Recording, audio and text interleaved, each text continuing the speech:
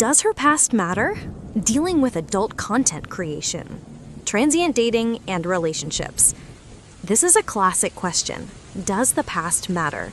But my question to you, ladies and gentlemen, is this. I recently discovered that a few months before I met my current girlfriend, she used to sell plus 18 packs, adult photo sets, on a profile on the old Twitter, now X. I initially tried to let this information go, but I keep thinking about it constantly. I don't want to ask, should I break up or not? Instead, I want to know what you would do in this situation. For example, would you ask her specific questions about it or something similar? Note, she has already told me that she regrets many things she did in the past, and I suspect this might be one of them. The issue you're facing is less about the actions in her past and more about the internal conflict those actions have triggered in you. You're experiencing what is often called retroactive jealousy, intrusive thoughts, and anxieties about a partner's life before you. Here is the central concept. The past only matters if it impacts the present reality of your relationship. The key questions to ask yourself are not what she did, but why it bothers you now, and what it tells you about her current character. The two paths forward: inquiry versus acceptance. 1. The path of inquiry, asking questions. If you feel you must address it to move forward, your questions shouldn't be accusatory, but focused on her personal journey and current values. Avoid dwelling on specific details of the content and focus on the context in change.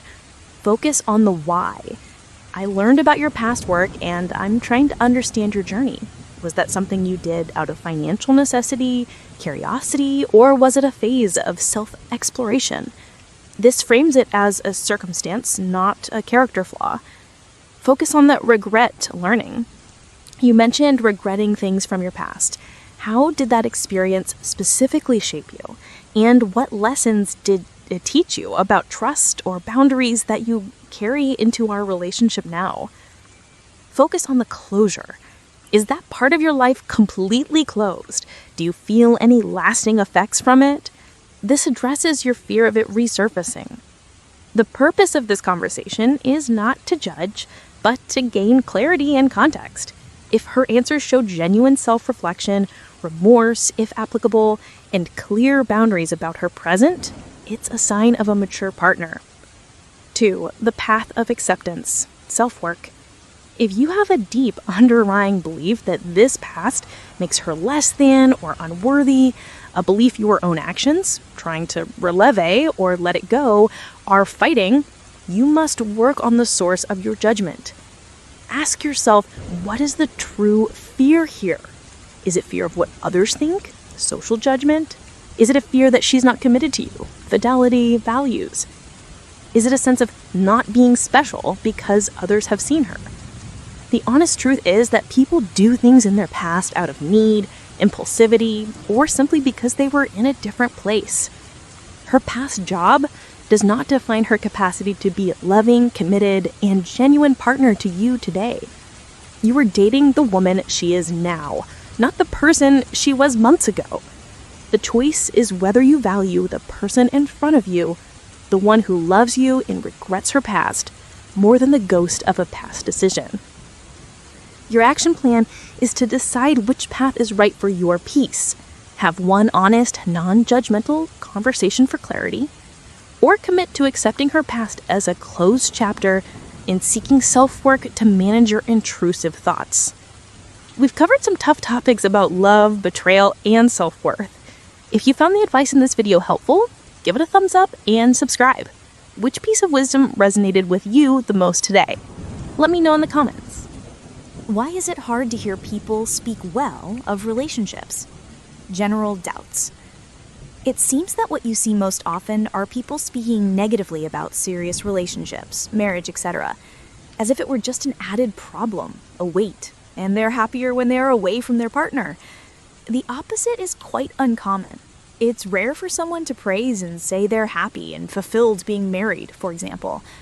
What do you have to say about this? Is it possible to be totally satisfied in a serious relationship? Sometimes this even makes me afraid to enter a relationship again because of it. I don't know if it's worth losing the peace I have being alone. But that's it. Your observation is astute and speaks directly to a core psychological principle known as the negativity bias, and how it's amplified in social settings. The negativity bias. Why complaints travel faster? Human psychology is hardwired for survival. Our brains evolved to pay far more attention to threats, problems, and negative information than to positive or neutral information. This is why. Survival mechanism. A complaint about a relationship, like my partner's cheating or we fight all the time, is perceived as potentially useful information, a warning sign for your own life. Stories of danger, conflict, or failure spread quickly because they offer lessons on what to avoid. Lack of drama. Happiness, contentment, and routine stability are, by nature, undramatic. A headline reading, "Couple celebrates 10 years of quiet mutual respect," will never get the clicks that "marriage ends in explosive betrayal" does. People in genuinely fulfilling relationships don't need to shout their happiness from the rooftops. They're often quietly enjoying it. Social venting. When relationships hit a rough patch, the first thing people seek is validation and advice from their social circle or online forums. We complain to connect. We don't often celebrate to connect in the same urgent, detailed way. A complaint is a call for help. A compliment is merely a statement of fact. The myth of losing your peace. You touched on the fear of losing your peace. This is where the media and the culture of negativity have successfully created a false dichotomy. Peace, alone, versus chaos, relationship. The truth is that a healthy, high-quality relationship does not diminish your internal peace. It enhances it.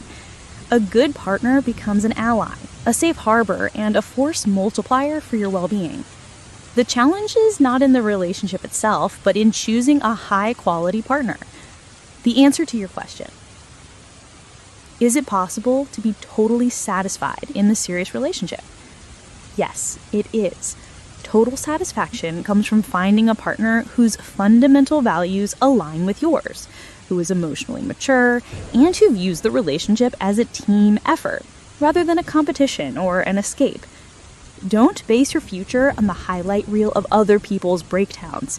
Instead, look for the quiet, mature couples, the ones who handle conflict with respect, and whose partnership make them better individuals. That kind of contentment is real, but it is too peaceful to be loud. Don't fear a relationship. Fear a low-quality relationship. If you're going to give up your peace, make sure it is for someone who can offer a shared peace that is even richer. Confused by my boyfriend's reaction to my help, transient dating, and relationships. In my case, I highly value the relationships I see my family and close friends having, the relationships I've had, and even the type of relationships I have with my friends. In all the relationships I mentioned above, there's always a give and take from both sides to achieve things, whether it's something silly like managing to buy a pencil or bigger things. But what prevails is always trying to help the other person achieve what they aim for. This doesn't mean sidelining your own plans, but it's about helping the other person succeed to the same extent that we strive for what we want. But in my current relationship, whenever I try to help my boyfriend with something or make things better for him, he seems to like it, but at the same time he gets uncomfortable and discourages me from continuing to do it. Yet, all my core relationships are based on mutual support, and I truly don't know how to act within this relationship. Will I have to change my entire way of being? He is not a bad person, far from it. He supports my dreams and wants me to achieve things, but he gets a little uneasy when I do something for him. I just can't see a situation where I can help in my own way and not want to help, you know? What do you think I should do? What you're dealing with is a conflict between your love language and his sense of self-reliance. Your primary language of love appears to be acts of service. You express care by doing things for him. His reaction, the discomfort when you help, suggests he may struggle with accepting vulnerability or feels that accepting aid threatens his sense of independence or competence. Here's the shift. Don't change who you are, change how you deliver your help. Your way of showing love is valid, but for a partner who resists overt acts of service, you need to find ways to support him that empower him, rather than doing the task for him. Try shifting from, "I'll do this for you," to, "How can I make this easier for you to do?" Or simply showing support through words of affirmation or quality time. If he is truly a good partner, this isn't a flaw in him, but a misalignment in communication. You need a candid conversation that separates your love from his reaction.